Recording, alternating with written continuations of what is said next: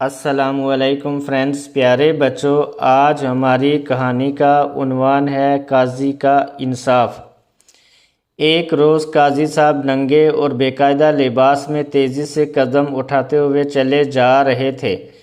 ایک دوست بھی ان کے ساتھ پیچھے پیچھے ہو لیا۔ اس نے دیکھا کہ قاضی صاحب ملک ظفر کے گھر کے سامنے جا کر رک گئے۔ انہوں نے دروازے پر جا کر دستک دی۔ خزانچی کے ملازم نے جا کر قاضی صاحب کی آمد کی اطلاع اپنے آقا کو دی۔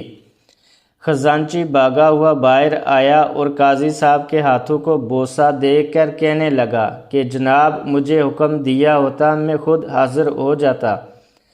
قاضی صاحب نے جواب دیا کہ ایک شخص کے بچے میرے پاس آئے ہیں۔ انہوں نے شکایت کی ہے کہ آپ نے ان کے باپ کو قید کر رکھا ہے۔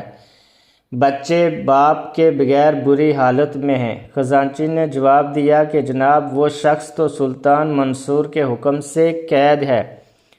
سلطان کی اجازت کے بغیر میں اسے نہیں چھوڑ سکتا۔ قاضی صاحب نے فوراً سلطان منصور میں قاصد بھیجا۔ سلطان منصور نے اس شخص کی رہائی کا حکم کر دیا، لیکن جب قیدی رہا ہو کر سامنے نہیں آیا تو قاضی صاحب وہیں کھڑے رہے اور اپنے ساتھ لے کر اس کے گھر چھوڑ کر واپس آ گئے۔ سلطان منصور جب مدینے پہنچا تو اس زمانے میں محمد بن عمران قاضی کے منصب پر فائز تھے۔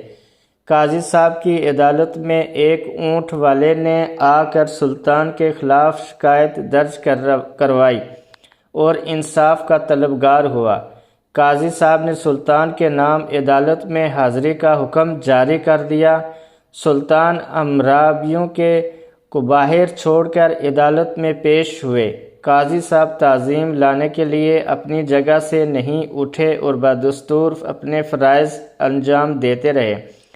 مقدمے کی سماعت کے بعد قاضی صاحب نے سلطان کے خلاف فیصلہ دے دیا۔ جب فیصلہ سنایا گیا تو سلطان خوشی سے اچھل پڑا اور قاضی صاحب سے کہا کہ میں آپ سے انصاف سے بہت خوش ہوا ہوں۔ پھر سلطان نے اپنے وزیر کو حکم دیا کہ قاضی صاحب کو 10,000 درہم دیا جائے۔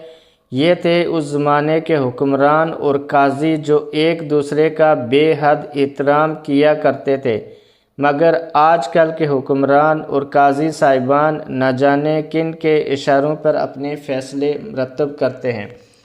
پیارے بچوں، اگر آپ کو یہ کہانی اچھی لگی ہو تو پلیز ہمارا چینل سبسکرائب کریں، ویڈیو لائک، شیئر اور